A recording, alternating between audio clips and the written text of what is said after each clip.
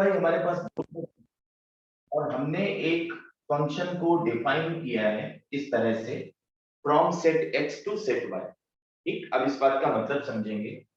इधर कुछ एलिमेंट पड़े हैं x1 x2 x3, यहाँ पर कुछ एलिमेंट है y1 y2 y3 और y4, ऐसे करके हम लोग ने कुछ एलिमेंट लिख दिए। ठीक, अब क्या किया गया, x1 का जो इमेज है वो बन रहा है y1, x2 का इमेज जो है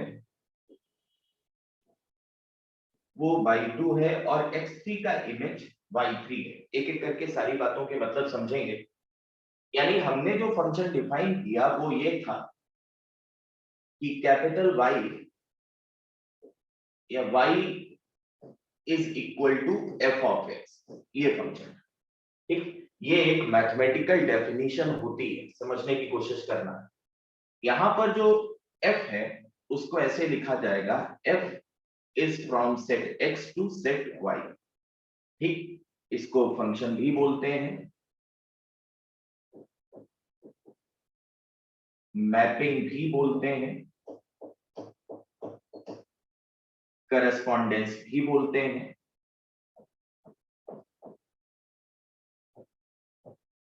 तो इस तरह से ये जो रिलेशन है या ये जो डेफिनेशन है उसके कई नाम हैं, जिन नामों में सबसे इंपॉर्टेंट नाम जाता है फंक्शन का। तो ध्यान से समझने की कोशिश करें कि यहाँ पर हो क्या रहा है, ध्यान से सुनिएगा। आपको याद है हम लोग ने जब रिलेशन पढ़ा था 11th में, तो हम लोग ऑर्डर पेयर बनाते थे। जैसे ये x है ये y है, तो हम बनाते थे कि x1 y1 के साथ जा सकता है, x1 y1, x1 y2 के साथ जा सकता है, x1 y2। इस तरह से a क्रॉस p, आपको याद होगा, ऑर्डर पेयर बनाते थे।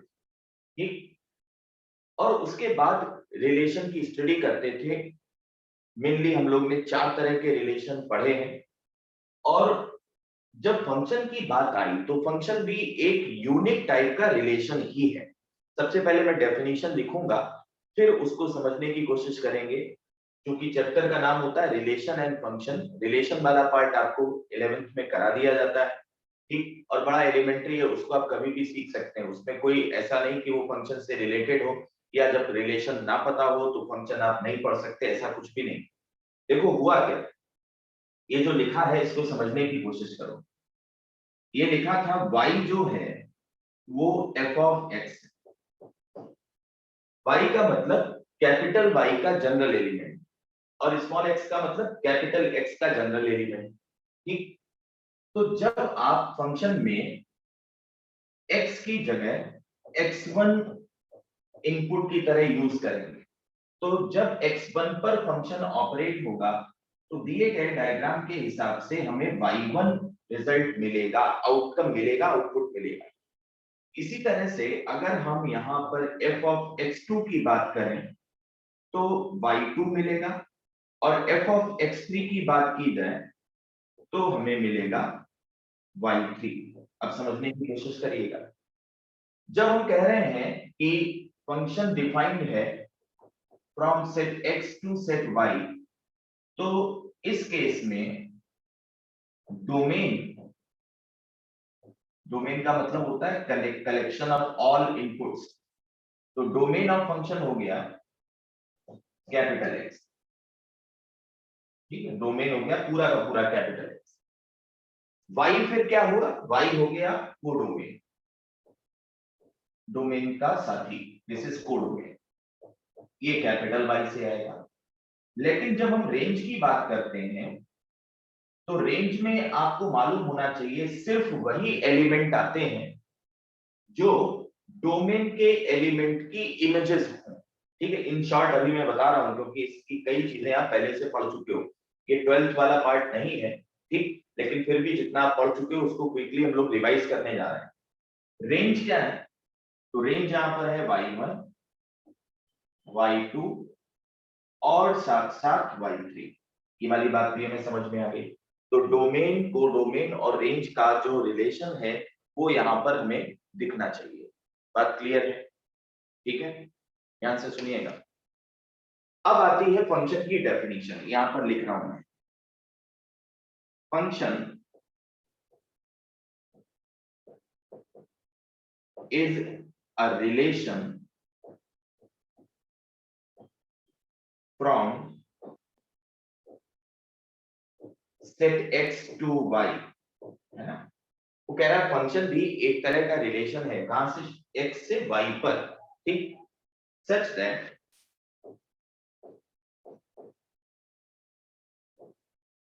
each and every element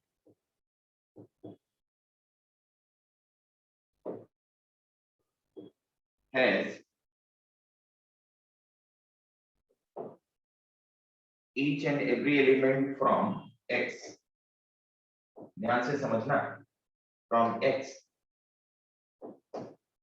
has its unique image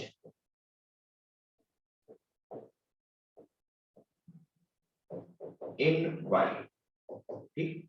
वो कह रहा है फंक्शन भी एक तरह का रिलेशन है, और ये किस तरह का रिलेशन है कि x के हर एलिमेंट की सिर्फ एक इमेज मिले, ठीक है। ध्यान से समझ लो, फंक्शन भी एक तरह का रिलेशन है, लेकिन यहाँ पर सबसे इंपॉर्टेंट बात जो है वो मैं अंडरलाइन कर देता हूं, ठीक। यूनिक इमेज इन वाई, नोट करिए इसको जरा फटाफट, फिर आगे बढ़ा जाए। बोलो भाई, बात समझ में आ गई? ठीक, देख लो। अच्छा, एक बात और, जैसे यहाँ पर यहीं से समझ लो, y1 is called image of x1, ठीक है। अभी सब आएगा, ध्यान से सुनिएगा, जितनी चीजें आप पहले पढ़ चुके हो वो सारी की सारी रिवाइज कर देंगे। y1 is called image of x1 and यहां से लिखो x2 is called pre-image of y2।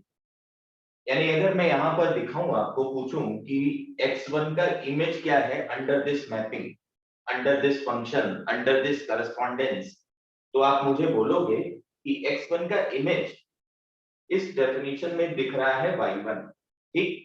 फिर मैं आपसे पूछूं, अच्छा बताओ y2 का प्री इमेज क्या है, यानी मैं पूछ रहा हूं कि y2 कौन से एलिमेंट का इमेज है फॉर द गिवन फंक्शन। तो आपको दिख रहा है y2 किसका इमेज है? x2 का। तो x2 is called pre image, इधर वाले कहलाते हैं pre image with respect to इधर वाले, ठीक। और जो y में है वो x के रिस्पेक्ट में कहे जाते हैं इमेजेस। तो आपको ये बात समझ में आई। अब जैसा कि हम लोग पहले कर चुके हैं रिलेशन में, उसको समझ लेते हैं। मैं कुछ डायग्राम बताता हूं और इसकी हेल्प से आप बताओ कि कौन से रिलेशन यहाँ पर फंक्शन है। पहले तो एक एग्जांपल दिया जाए, जैसे मैंने कहा y इक्वल टू 2x, ये हमारा डेफिनेशन है, ठीक। और x जो है वो इस सेट से लिया गया है 1 2 3, ध्यान से सुनिए। और ये जो y है वो उठाया गया है 2 4 6 और 8, ठीक है। बात समझ में आई?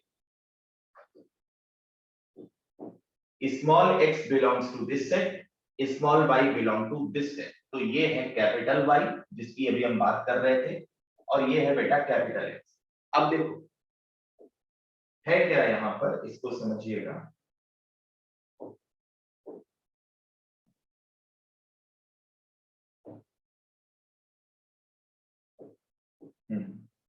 इधर x1 में बने हैं 1 2 और 3, सॉरी कैपिटल X ये एलिमेंट है। और कैपिटल Y में जो एलिमेंट है वो देखो 2 4 6 और 8। और यहां से यहां पर एक फंक्शन डिफाइन किया गया f from x to y, ठीक। ये फंक्शन है कैसा, एक मिनट रुकिए।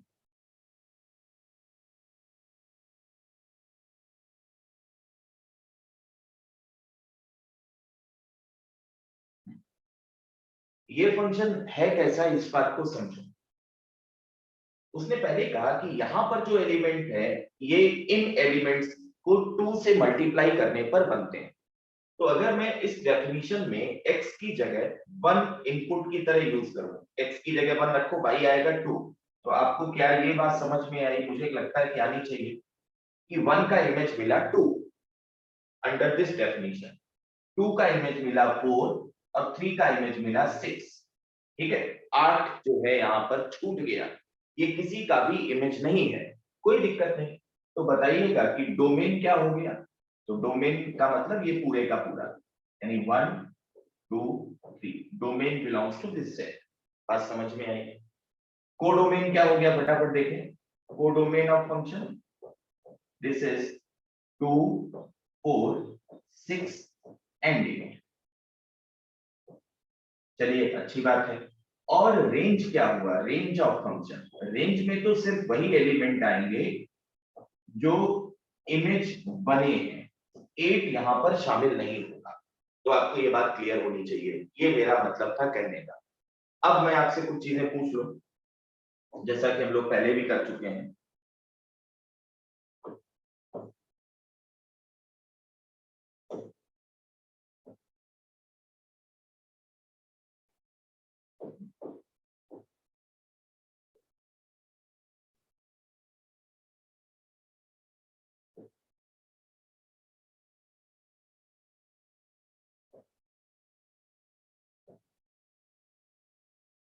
देखो, यहां से यहां पर एक डेफिनेशन लगाई गई, कई सारे बना देते हैं जिससे तुम्हें समझाया जा सके। ये x है, ये y है,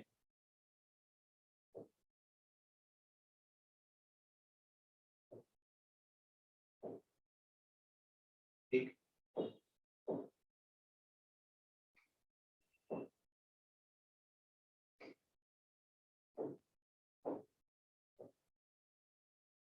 ये देखिए, इधर हम लोग ने एक डेफिनेशन लगाई f1, पहले भी हम आपसे कई बार पूछ चुके हैं ये, लेकिन अब सबके लिए एक साथ है।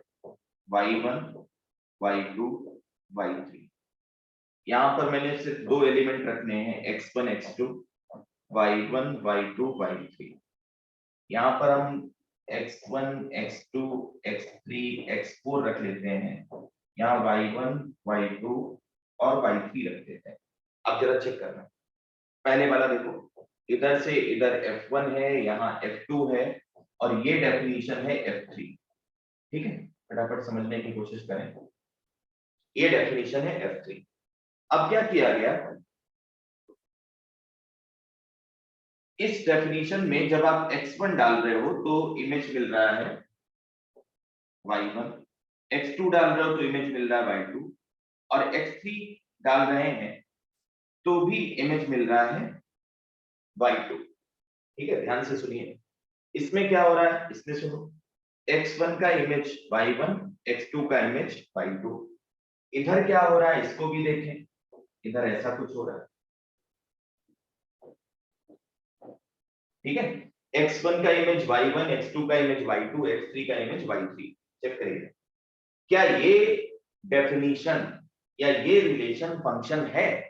बिल्कुल, क्योंकि x1 का एक इमेज मिल रहा है। हमने लिखा क्या था ऊपर, ये देखो, हमने लिखा था कि x के सारे एलिमेंट का यूनिक इमेज होना चाहिए।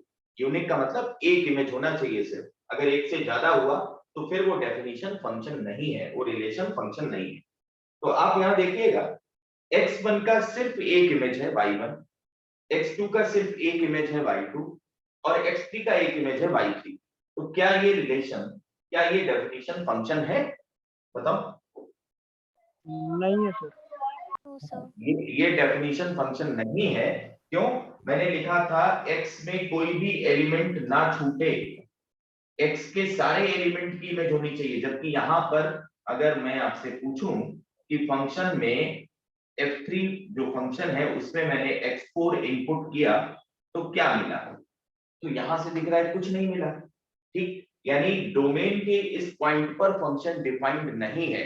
अगर डोमेन के इस पॉइंट पर ये रिलेशन डिफाइंड नहीं है तो ये फंक्शन नहीं बना, दिस इज नॉट फंक्शन। क्यों?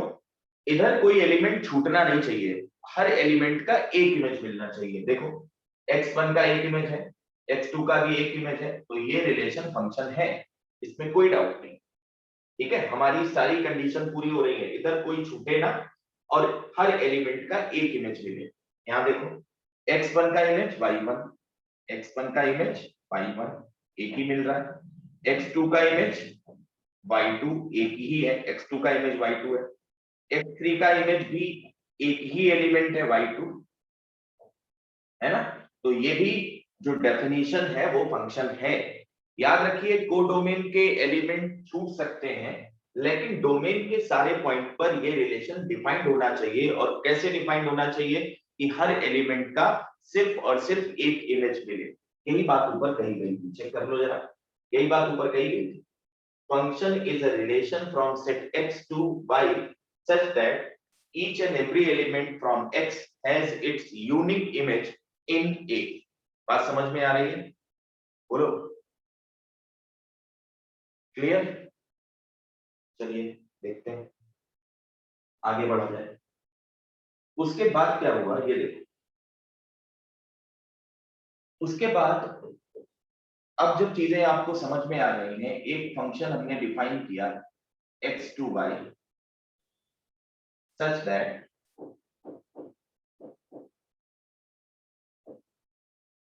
f of y equal to f of x, है ना। ये जनरल एलिमेंट को रिलेट करने का तरीका है। सेट y के जनरल एलिमेंट को सेट x के जनरल एलिमेंट से रिलेट करने का तरीका है। अब देखिए यहाँ पर अगर मुझे फंक्शन को डिफाइन करना है तो एक और डेफिनेशन है। देखो कौन सी डेफिनेशन है फंक्शन की, ये भी आपको मालूम होना चाहिए। Function is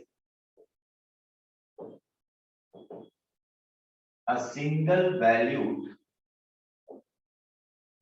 relation. देखो उसने बड़ी इंपॉर्टेंट बात बोली, ये वन लाइन डेफिनेशन है लेकिन अपने में सफिशिएंट है। उसने कहा फंक्शन एक रिलेशन तो है, function is a relation, single valued छोड़ दो अभी, लेकिन ये रिलेशन किस टाइप का है? सिंगल वैल्यूड रिलेशन है। मतलब वही बात कि हर x का एक इमेज मिलेगा। जैसे इसको भी मैं थोड़ा एक्सप्लेन कर दूं, नहीं तो आप परेशान रहते हो, किसी को भी प्रॉब्लम नहीं होनी चाहिए। देखो ये x1 है, ये x2 है, यहां पर y1 है, ये y2 है, ये y3।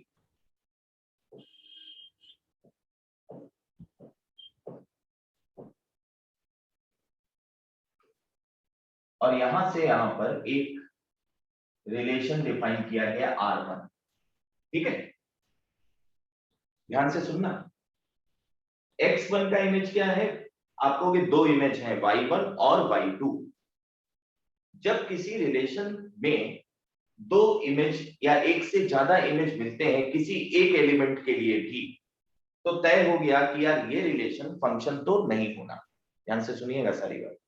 एक मिनट रुको जरा, देखें गायब कौन है।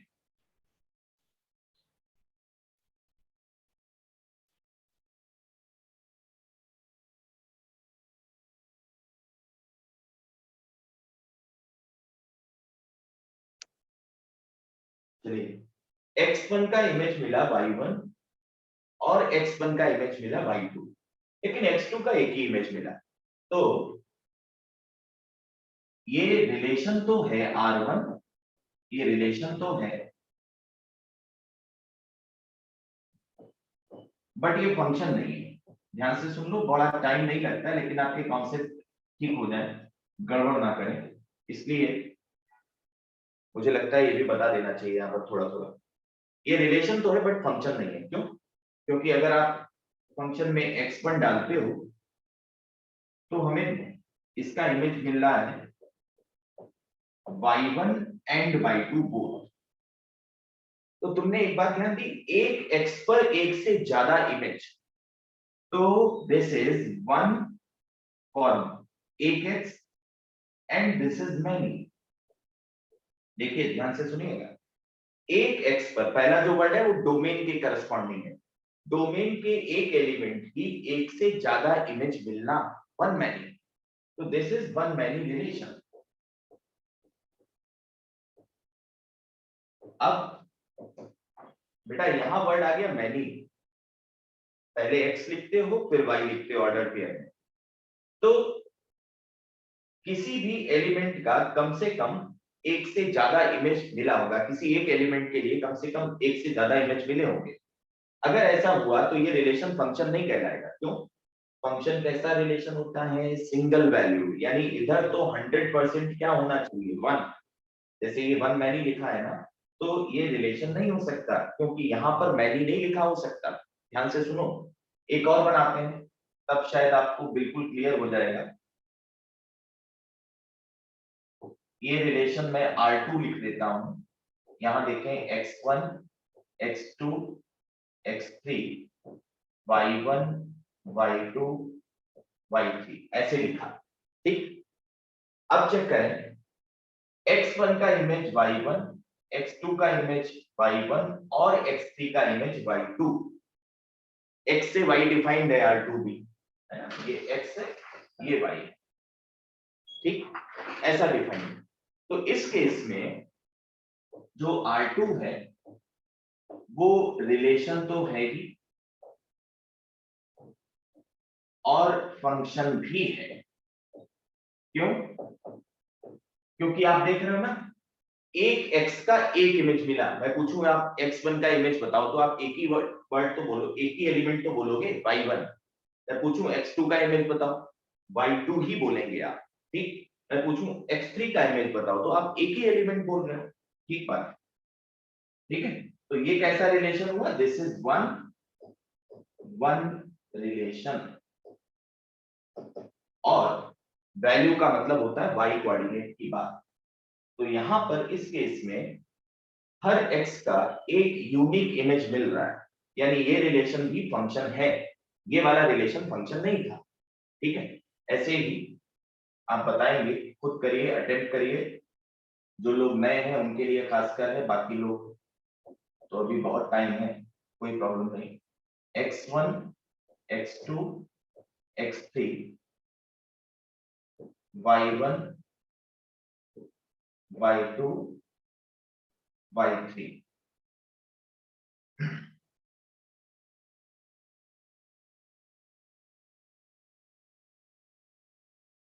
ये बेटा मैनी वन हुआ, दिस इज मैनी वन, है ना? दो एक्स का एक ही इमेज मिल रहा है ना, तो this is many one relation. और अगर ऐसे बना दें तो ये हो गया वन वन रिलेशन, और वन वन रिलेशन भी फंक्शन है। दिस इज वन वन, एक एक्स पर एक Y relation. This is one one relation. एक मिनट बेटा होल्ड करते हैं, तब तक आप इस चीज को रिवाइज करें। ठीक है, क्लास कंटिन्यू है, एक मिनट रुकिए।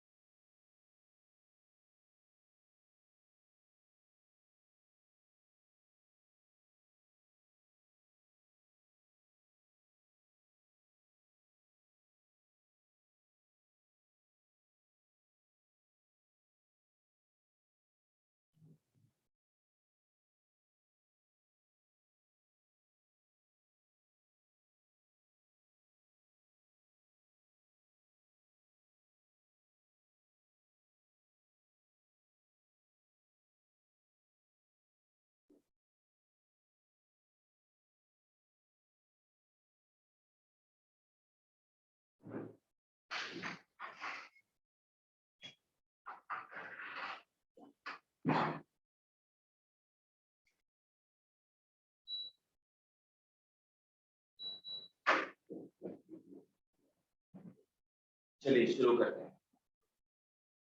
तो आपको एक बात समझ में आई कि जब इस तरफ 1 लिखा हो, ये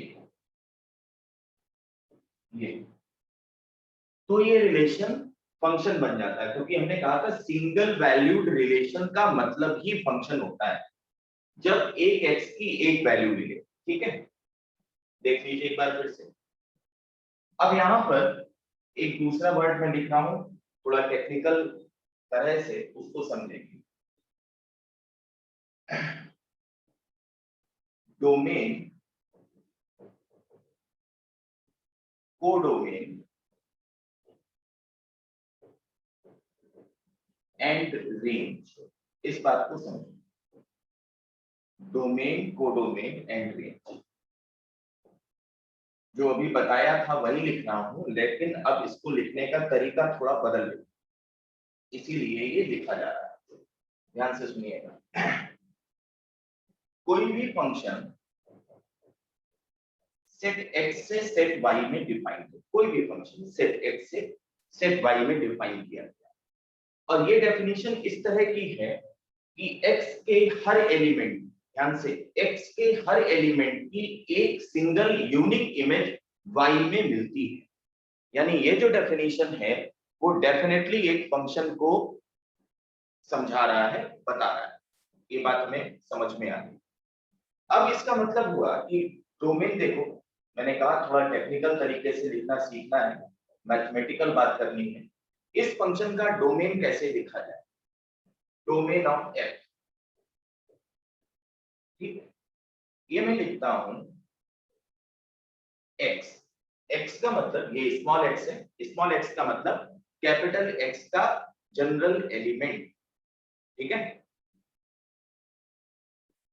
और ये एक्स लिया कहां से गया है? कैपिटल एक्स से, ठीक। ध्यान से देखिएगा, X such that X belongs to capital X, ये बात आपको समझ में आई। And X comma F X belongs to F, ये टेक्निकल तरह से डोमेन को लिखने का तरीका है, आप ही समझो, ठीक है। मतलब क्या हुआ? मतलब ये हुआ, इस तरह के सारे एलिमेंट अगर फंक्शन की डेफिनेशन में मौजूद है, जैसे यहां पर देखो, किसी एक को उठाते हैं, इसको उठाते हैं, इसमें क्या है कि f ऑफ x1, ये देखो x1 किससे रिलेटेड है? y1 से। और y1 है क्या? मैंने आपको बोला था, मान लो ये इस तरह का रिलेशन है, इस तरह का रिलेशन है, या इस तरह का फंक्शन, ठीक। रिलेशन थोड़ा ब्रॉड होता है, ब्रॉड सेंस में यूज किया जाने वाला वर्ड है, क्योंकि हर फंक्शन रिलेशन होना तय है, लेकिन हर रिलेशन फंक्शन होना तय नहीं है। जैसे ये वाला R2 रिलेशन तो था बट फंक्शन नहीं था। बट अगर कोई भी फंक्शन देखा जाए तो वो दो ही तरह के रिलेशन हो सकते हैं, या तो मैनी वन रिलेशन, ठीक, या फिर वन वन रिलेशन। सॉरी, ये R2 था, वो रिलेशन भी था और फंक्शन भी था। ये वाला रिलेशन तो था बट फंक्शन नहीं था, क्योंकि एक एक्स पर एक से ज्यादा इमेजेस यहाँ पर मिल गई। खैर, इसको देखते हैं। अगर मैं x की वैल्यू x1 डालूं तो y की वैल्यू कितनी मिलेगी? f ऑफ x1, है ना। ये देखो, तो in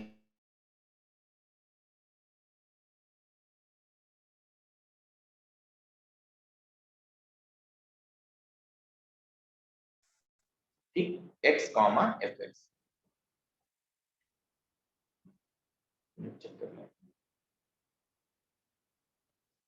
this is x comma fx, ठीक। इस तरह के सारे एलिमेंट फंक्शन के मेंबर है, मैं ये कहना चाहता हूं, क्योंकि यहाँ पर जो इन जनरल y लिया गया है वो क्या है? fx।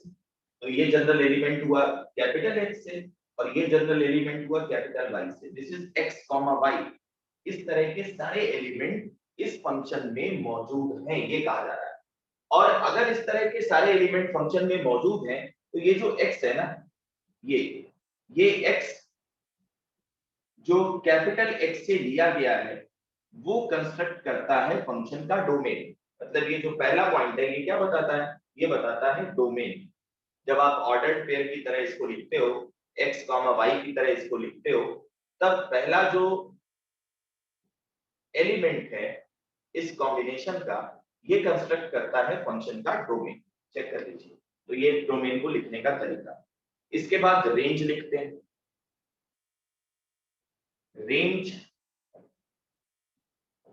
ऑफ f यानी फंक्शन f का रेंज। अब रेंज लिखना है तो आपको मालूम है रेंज का मतलब हो गया f ऑफ x। ठीक है, ये देखो ये क्या कंस्ट्रक्ट कर रहा है, रेंज। तो रेंज का मतलब हुआ f ऑफ x उन सारे x के लिए जो कैपिटल X में मौजूद हैं। ध्यान से समझिएगा, उन सारे x के लिए जो कैपिटल X में मौजूद हैं। ठीक, और साथ ही साथ f ऑफ x कहां पर होना चाहिए, कैपिटल Y में होना चाहिए। और ये जो जनरल एलिमेंट है वो फंक्शन में होना ही चाहिए। देखो ये रेंज को लिखने का तरीका आपसे पूछा जा सकता है, तो ध्यान से सुन लो। Range of function f is in general f of x such that ये जो x है ये कहां से उठाया हो, कैपिटल X से उठाया हो, इधर से। ठीक, और ये जो fx है ये कहां से उठाया हो, यहां से, y से। ठीक, और ये x और y है क्या, तो आप कह सकते, सॉरी ये x और fx है क्या, तो आप यहां से देखिएगा ये कहा जा सकता है कि x और fx ऐसे एलिमेंट हैं जो इस फंक्शन से रिलेटेड हैं, यानी fx x का इमेज है। ध्यान से सुनो। तो ये डोमेन और रेंज लिखने का तरीका। कोई आपसे पूछे कोडोमेन क्या है, तो कोडोमेन यहां से साफ है कि y क्या है, फंक्शन का कोडोमेन है। चेक कर लीजिए, ध्यान से सुनिए।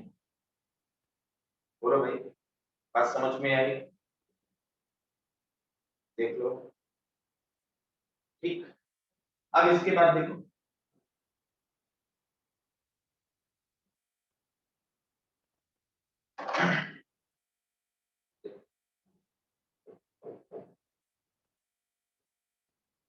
कोई भी एक फंक्शन है hx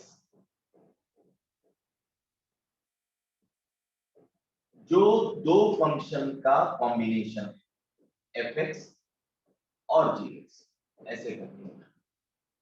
ठीक है, मतलब hx को लिखा गया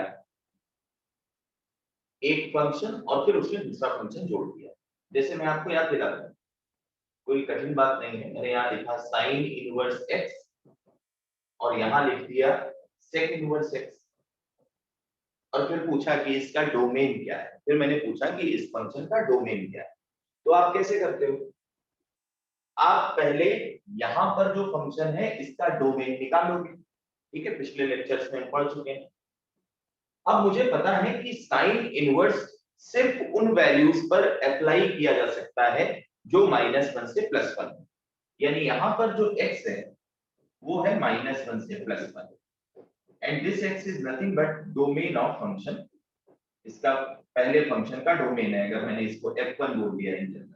ठीक है, इस फंक्शन का डोमेन ये। और सेक इनवर्स x का डोमेन क्या बेटा, domain of f2 -∞ to -1 union 1 to ∞। अब प्रॉब्लम ये है कि इसी y को हम लिखते हैं ऐसे, जो hx की बात की है ना वहां पर, तो h ऑफ x। ठीक, और ये लिखा है हमारा fx, ये लिखा है हमारा gx।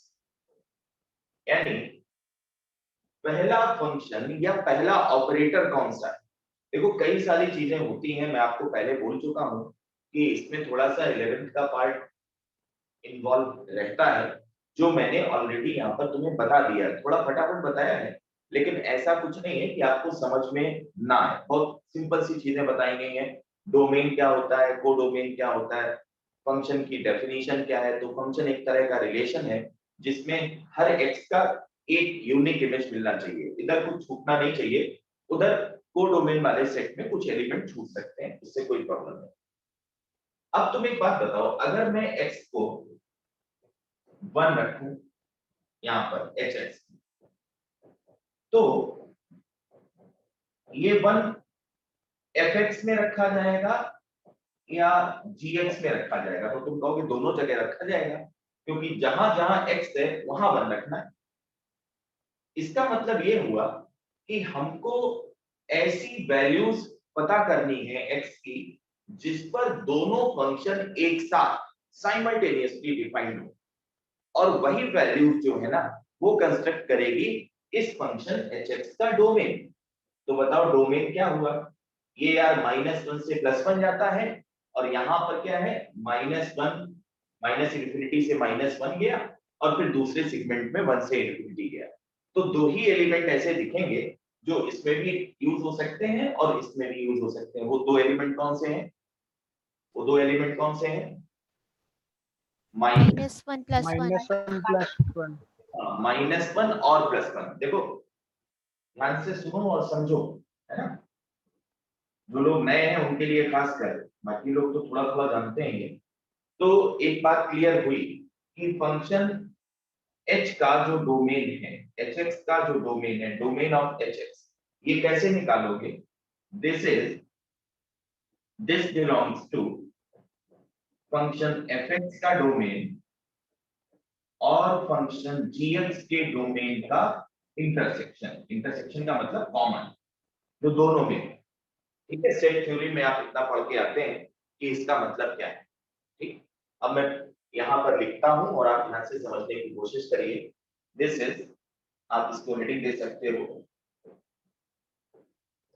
अलजेब्रा ऑफ डोमेन, और ये चैप्टर बहुत बड़ा होने वाला है। इसी में हम सारी तरह के फंक्शन, सारी तरह के ग्राफ कंबाइन करके पढ़ेंगे। मतलब कैलकुलस का एक बहुत बड़ा पार्ट इसी चैप्टर की हेडिंग में खत्म होना है। उसको आप ऐसे ना समझिए कि ये फंक्शन है, ठीक है? बहुत सारी चीजें इसमें इन्वॉल्व हो जाती हैं, परेशान होने की जरूरत नहीं, ध्यान से सुनिए। तो क्या मैं यहाँ पर लिख सकता हूँ कि domain of hx, capital D का मतलब डोमेन से लगाइएगा, this belongs to domain of fx intersection domain of gx। ये एक एग्जांपल था, आप नोट कर सकते हैं। इंटरसेक्शन का मतलब कॉमन। एक छोटा सा एग्जांपल मैं इंटरसेक्शन पर आपको दे देता हूं। जैसे सेट x में ये 4 एलिमेंट है और सेट y में ये 3 एलिमेंट है, तो x इंटरसेक्शन y यानी जो कॉमन है, इसमें दो ही एलिमेंट है, 2 और 3। इंटरसेक्शन का मतलब ऐसी वैल्यूज जो दोनों में है। ठीक है, चलिए खैर। दूसरा पॉइंट, अगर फंक्शन hx कुछ इस तरह का है, fx into gx, ध्यान से सुनो, यानी फंक्शन hx दो डिफरेंट फंक्शन के प्रोडक्ट के फॉर्म में लिखा गया है। ठीक, यहां पर भी यही रूल चलेगा कि फंक्शन hx का जो डोमेन है वो fx और gx के डोमेन का इंटरसेक्शन होगा। यहां पर भी यही चलेगा।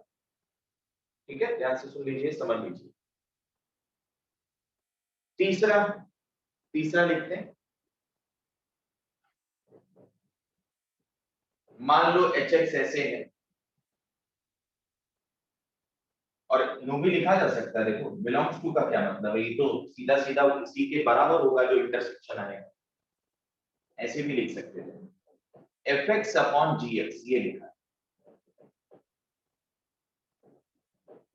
तो यहां पर भी हम कहेंगे कि डोमेन ऑफ hx जो है ना वो fx और gx के डोमेन का इंटरसेक्शन है, provided gx not equal to 0। या gx तो 0 नहीं हो सकता। उन x को यहां पर अलाउ नहीं किया जाएगा जिनमें डिनोमिनेटर 0 हो गया। ये बात हम लोग बहुत अच्छे से जानते हैं, बहुत पहले से जानते हैं, कुछ भी नया यहाँ पर नहीं है। ठीक है, बात समझ में आई? बोलो। अब इसके बाद एक और लिख लेते हैं, चलो।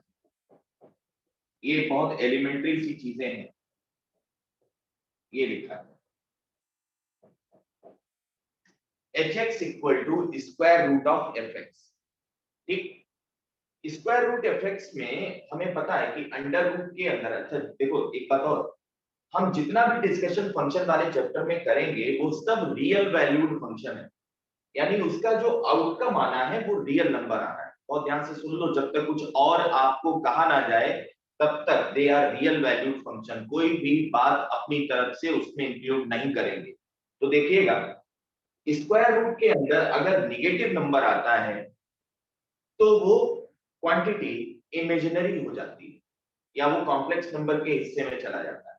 अगर हम रियल वैल्यूड फंक्शन की बात कर रहे हैं और अंडर रूट के अंदर एफ एक्स लिखा है, इसको आपको डिफाइन करना है, तो दिस इज डिफाइंड, हम यहाँ लिखेंगे for domain of H x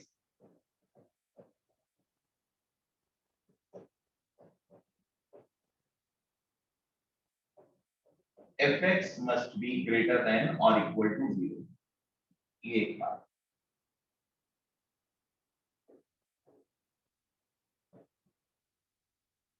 ठीक है, एक और पॉइंट लिख देते हैं,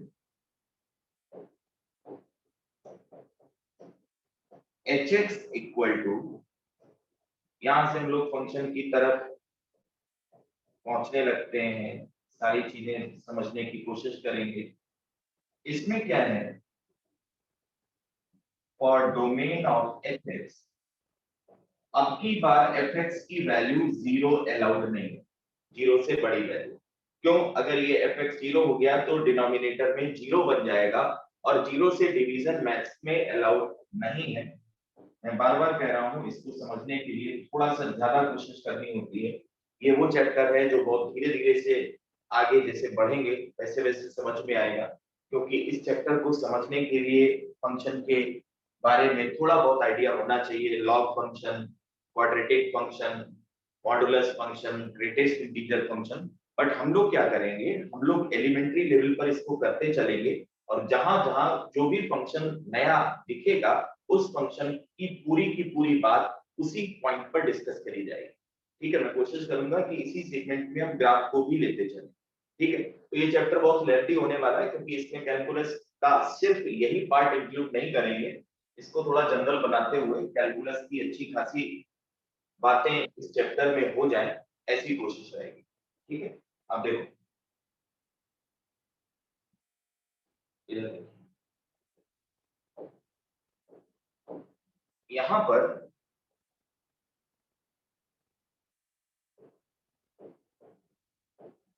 सवाल किया गया, फाइंड द डोमेन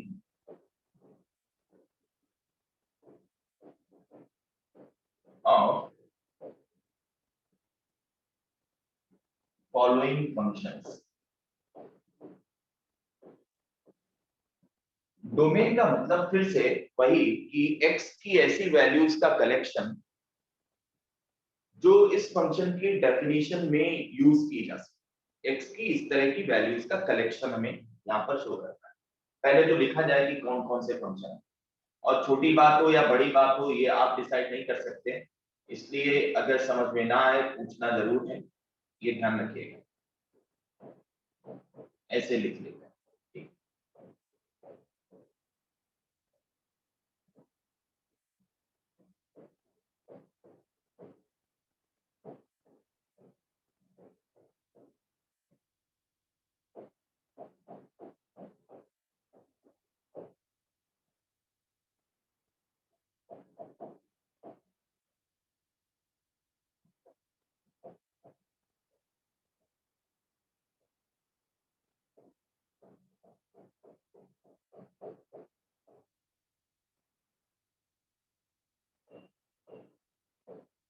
अब चूंकि इनवर्स फंक्शन हम लोग पढ़ चुके हैं इसलिए उसको जरूर इंक्लूड करने वाले हैं।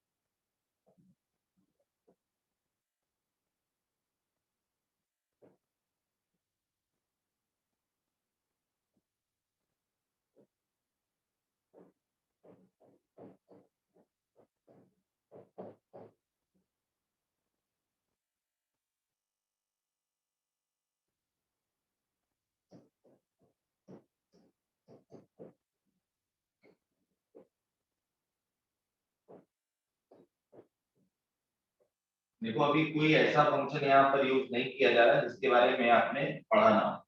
आप समझिए जितना आप पढ़ रहे हो उतना ही आप यहाँ पर समझ भी रहे हैं।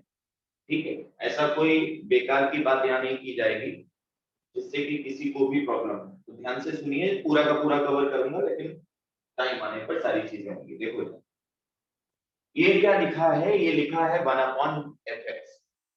तो केवल एक कंडीशन, 1/fx ये किस पॉइंट पर अनडिफाइंड हो जाएगा, जब डिनोमिनेटर जीरो हो जाएगा।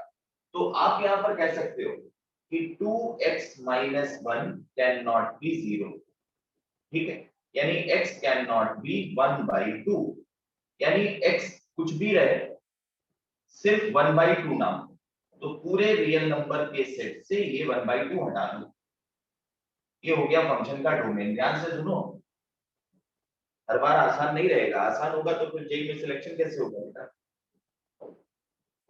ये इतना बता दिया, ये भी बहुत ज्यादा बता दिया मैंने तुम्हें, है ना। वरना हमें सीधे सीधे ये बोलना चाहिए कि जो आप 11th में पढ़ के आए हैं, हालांकि ऐसा कुछ है नहीं।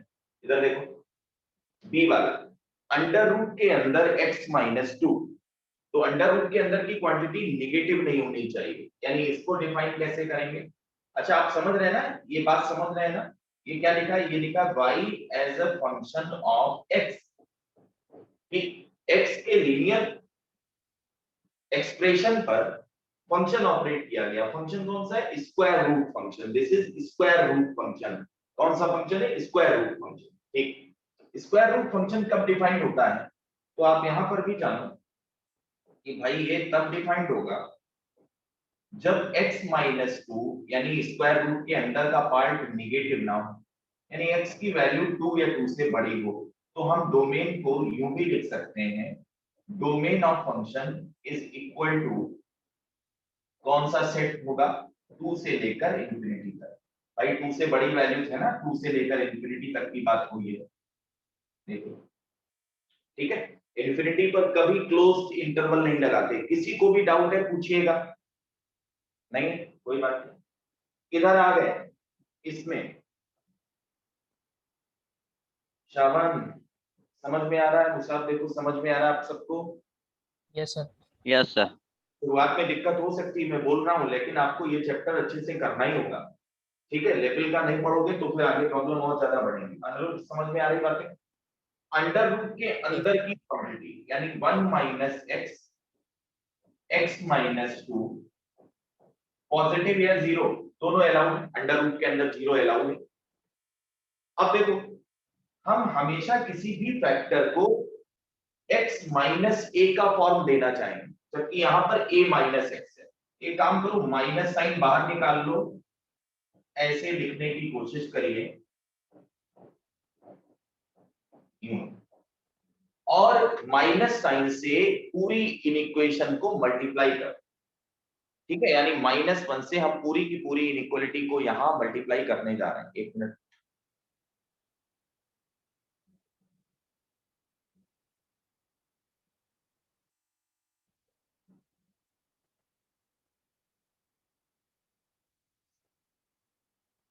माइनस साइन से मल्टीप्लाई करने जा रहे हैं। माइनस साइन से मल्टीप्लाई करने पर होता क्या है, इनइक्वालिटी का साइन चेंज हो जाता है। जैसे इधर ग्रेटर देन लिखा है ना, अब क्या हो जाएगा, लेस देन हो जाएगा। देखो करते हैं,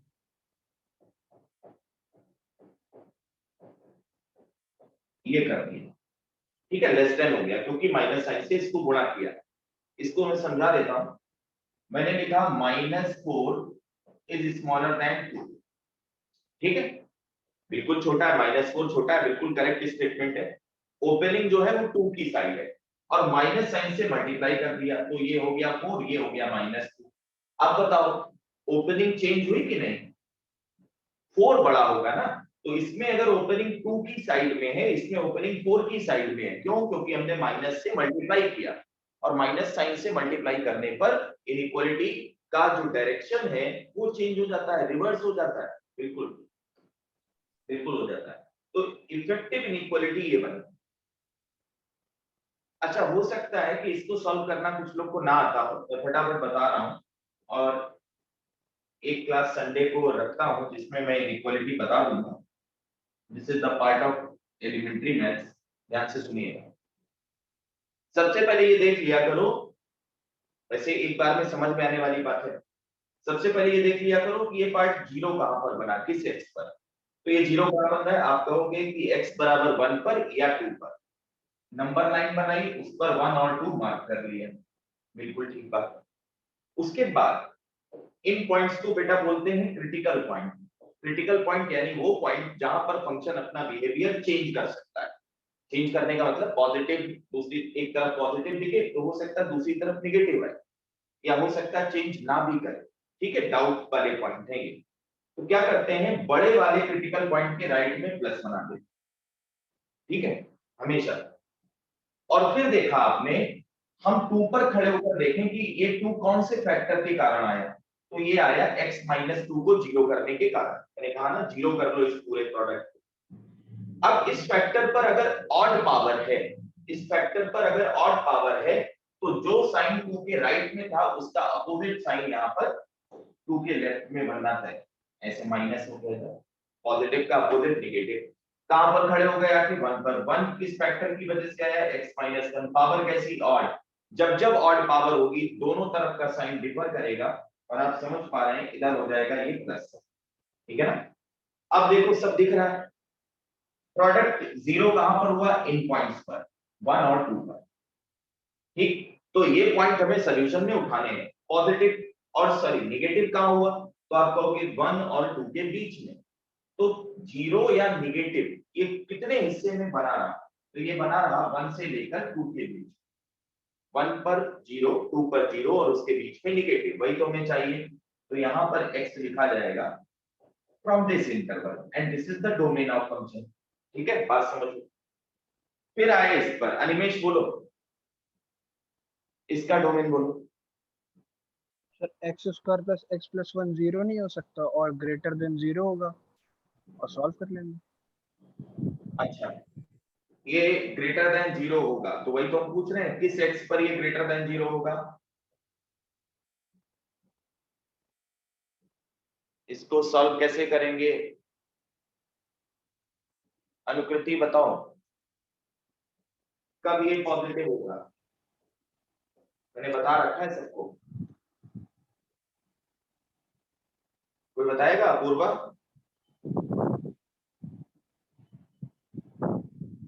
अनिरुद्ध, पॉजिटिव होगा ये एक्सप्रेशन।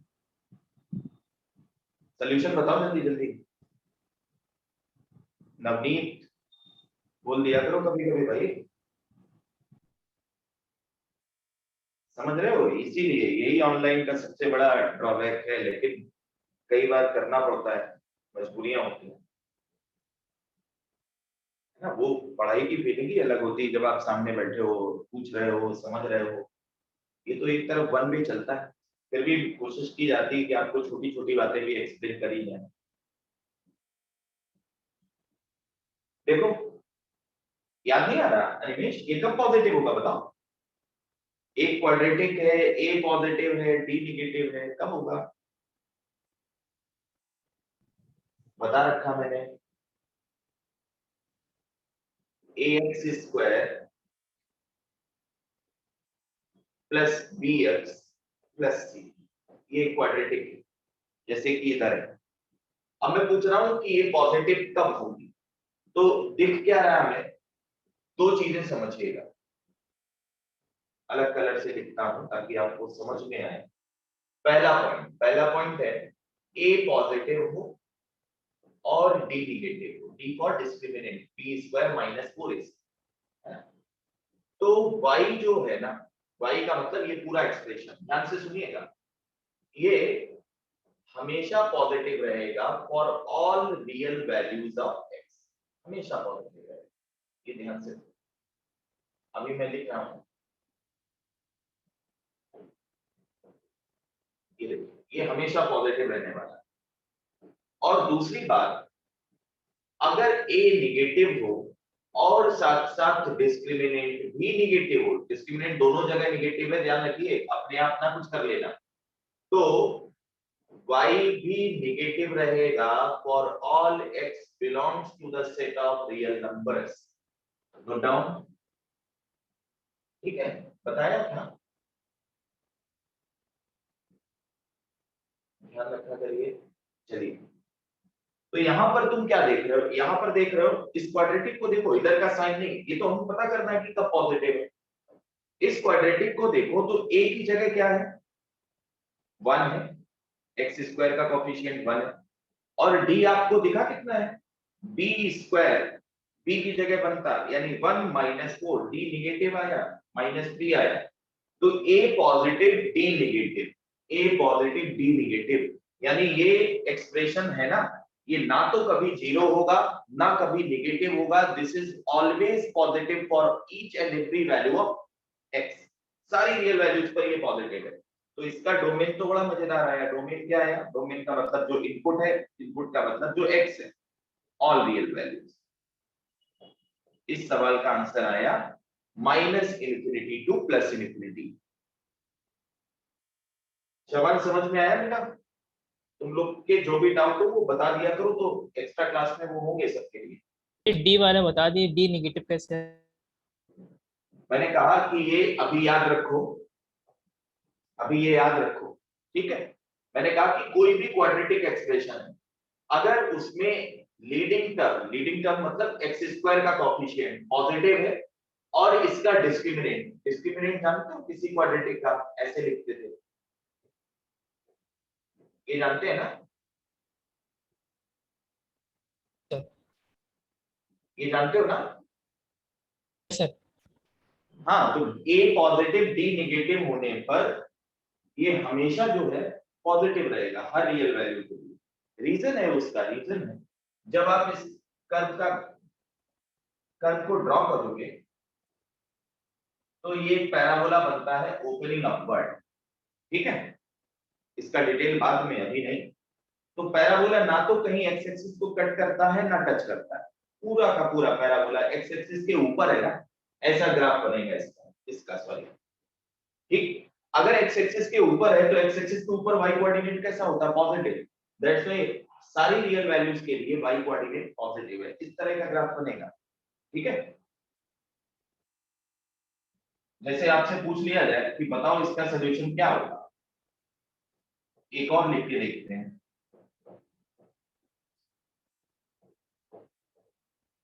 इसका सॉल्यूशन क्या होगा, तो आप क्या बोलोगे, आप देखो यहां पर बी स्क्वायर कितना है 4, समझ में आ रहा है? इसको केवल देखिए, निगेटिव नहीं देखिए, अभी पहले इसको एनालाइज करो, इस क्वाड्रेटिक को। बी स्क्वायर कितना है 4, -4ac, तो 4 -12, तो डिस्क्रिमिनेंट कैसा आया इसका, निगेटिव आया। और a कैसा है, a का मतलब एक्स स्क्वायर का कोएफिशिएंट 1 दिख रहा होगा, पॉजिटिव। ये बात समझ में आई, d निगेटिव a पॉजिटिव। मैं बोल रहा हूं अभी इसको याद रखिए, एक्सप्लेन करूंगा, बाद में करता हूं, जब मैं इनइक्वालिटी बताऊंगा तो एक्सप्लेन करूंगा, ठीक है। d निगेटिव और a पॉजिटिव, यही वाली बात तो हुई, a पॉजिटिव d निगेटिव। अगर ऐसा हुआ तो किसी भी x पर आप देखो, ये हमेशा कैसा रहेगा, पॉजिटिव रहेगा फॉर ऑल x, ठीक है। ये एक्सप्रेशन जो है वो हर x पर पॉजिटिव रहेगा। और यहां पर मैं आपको इजीली दिखा भी सकता हूं, देखो इसको यूं लिखा जा सकता है कि नहीं, ऐसे लिख सकते हो ना बेटा, a स्क्वायर यहाँ 2 आएगा सर, देखो यही लिखा है। अब परफेक्ट स्क्वायर जो है वो हमेशा 0 या 0 से बड़ा होगा, है ना। तो इस स्क्वायर वाले टर्म की मिनिमम वैल्यू कितनी है? 0। तो y की मिनिमम वैल्यू कितनी है? 2। अब y की सबसे छोटी वैल्यू 2 है, तो बाकी वैल्यूज 2 से बड़ी होंगी ना, और 2 से बड़ी वैल्यूज हुई तो क्या सारी वैल्यूज पॉजिटिव नहीं हुई? बिल्कुल हुई, यही तो लिखा है यहाँ पर। ठीक है, तो इसको तो यहाँ पर फटाफट एक्सप्लेन किया जा सकता था परफेक्ट स्क्वायर में कन्वर्ट करके, उसको भी कर सकते थे, इसको भी परफेक्ट स्क्वायर में कन्वर्ट कर दो, ऐसे ही होगा, लेकिन मैं इसको डिटेल में बताऊंगा। फिलहाल आप ये याद रखो, ये बड़ा इंपॉर्टेंट पॉइंट। आया, समझ आया? Yes sir. अब कोई तुमसे पूछता बेटा x square plus 2x plus 3 negative का होगा, ये पूछता आपसे सवाल उल्टा, तो आप क्या देख चुके हो? तुम पहले ही देख चुके हो कि भैया ये नेगेटिव तो होने वाला नहीं, कभी नहीं नेगेटिव होगा, हमेशा पॉजिटिव है। तो इसका सलूशन क्या निकल कर आता है? इसका सलूशन आप बोलते कि it has no solution at all, इसका कोई सलूशन नहीं है। फाई का मतलब नहीं, कोई सलूशन नहीं। ठीक है, यस सर। तो इस क्वेश्चन में डोमेन आई सारे रियल वैल्यूज। फिर आते हैं इस छोटे से सवाल पर, चलो भाई कुछ बोलो। कॉसेक इनवर्स का डोमेन, तो भाई minus infinity to -1 union 1 to infinity, इसका डोमेन क्या है? अलग अलग लिखें पहले, डोमेन लिख रहा हूं मैं, बार बार बेकार की बात ना करें। इसका डोमेन क्या है? -1 से +1। इसका डोमेन क्या है? तो x पॉजिटिव है ना, x 0 अलाउड नहीं है और नेगेटिव वैल्यू अंडर रूट के अंदर जाती नहीं, 0 रख दोगे तो डिनोमिनेटर में 0 आ जाएगा। अब तीनों का कॉमन निकालो, तीनों का कॉमन निकालो, इन दोनों का कॉमन आया -1 एंड +1, केवल 2 एलिमेंट है। देखो ये बेटा -1 से +1 के बीच का हिस्सा यहाँ गायब है, ठीक, तो केवल 2 एलिमेंट आए जिस पर ये और ये दोनों डिफाइंड है, और उन दो में से भी -1 पर ये वाला पार्ट डिफाइंड नहीं है। तो इसका डोमेन पता चला क्या आ रहा है? अपूर्वा बोलो क्या आ रहा है डोमेन?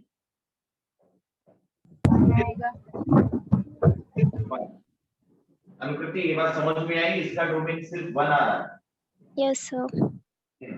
इसमें कोई और एलिमेंट नहीं है, domain is singleton set having only 1 element. ठीक, तो सबका अलग अलग डोमेन निकाल के फिर उनका कॉमन देख लेते हैं। इधर बता दो, अब जल्दी से बताओ, इसका आंसर आप ही लोग दें, चाहे लिखकर बताएं चाहे बोलकर बताएं। सर इसमें सर नो सोल्यूशन होगा। Yes sir. No. No solution, very good. Sine inverse का क्या है? -1 से +1। ठीक है, तो आज का टर्म तो रिवीजन की तरह था, धीरे धीरे ये डिफिकल्ट होता चला जाएगा, तो ध्यान दें, हम लोग कुछ छोड़ने वाले नहीं है। ये डिफाइंड होगा अगर डिनोमिनेटर में जो अंडर रूट के अंदर का पार्ट है वो पॉजिटिव। देखिए जरा, इसका साइन पैटर्न मैं फटाफट बना देता हूं, इसी जगह पर बनाता हूं, आप देखें, -1 और +1, बड़े वाले क्रिटिकल पॉइंट के राइट में प्लस, फिर माइनस प्लस, क्योंकि दोनों पर ऑड पावर ही है इसलिए साइन तो चेंज होना। अब हमसे पूछा गया पॉजिटिव कब होगा, तो दिख रहा है ना आपको पॉजिटिव कब होगा? -1 से पहले, ठीक है, क्यों? और ये पॉजिटिव कब होगा? +1 के बाद। +1 और -1 अगर यहाँ रख दोगे गलती से भी तो ये 0 हो जाएगा, और डिनोमिनेटर में 0 अलाउड नहीं है। तो इसका जो डोमेन है इस पर्टिकुलर पार्ट का, इसका जो डोमेन है वो कितना आ रहा है? इसका डोमेन आ रहा है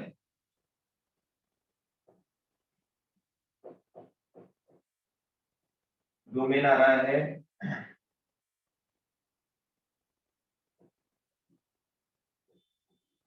-∞ to -1 यूनियन 1 to इंफिनिटी। ध्यान दीजिए, -1 और +1 पर हमने क्लोज इंटरवल यूज नहीं करा है, वो शामिल नहीं है, ठीक। और बेचारा ये इसके लिए जो x आ रहा है वो देख लो एक बार, x बिलोंग्स टू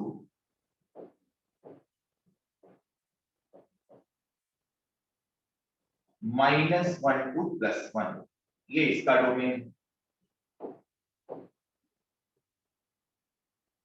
ये इसका डोमेन। अब दोनों का कॉमन निकालो, तो दोनों में कुछ भी कॉमन नहीं है, यानी यहां पर फिर से डोमेन ऑफ फंक्शन क्या आता है, आप देख पाएंगे कि डोमेन आता है 5, या आप लिखें not defined for any value of x।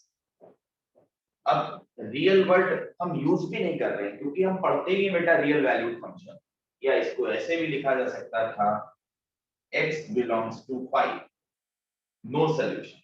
ठीक, दोनों ही तरीके ठीक है, आप बहुत ध्यान से सारी चीजें समझ गए, एक एक करके सब कुछ समझ में आना चाहिए। तो यहाँ हम लोग ने जो आज क्वेश्चन किया उसमें छोटे छोटे कॉन्सेप्ट डिस्कस किए। मेनली हम लोग ने फंक्शन की डेफिनेशन और फंक्शन की डेफिनेशन को टेक्निकल कैसे लिखते हैं वो तरीका, ठीक है, ये तो रिवीजन वाला पार्ट था आपके लिए। और यहाँ पर हम लोग ने अलजेब्रा ऑफ डोमेन किया, ये भी आपका रिवीजन वाला ही पार्ट था, लेकिन कुछ क्वेश्चंस में आपको